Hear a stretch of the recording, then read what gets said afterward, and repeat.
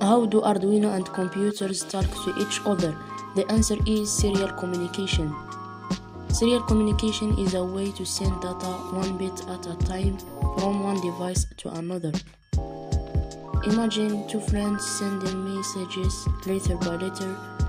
That's how serial communication works.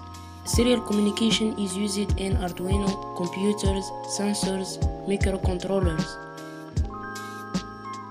Arduino uses serial communication to talk with your computer using a USB cable.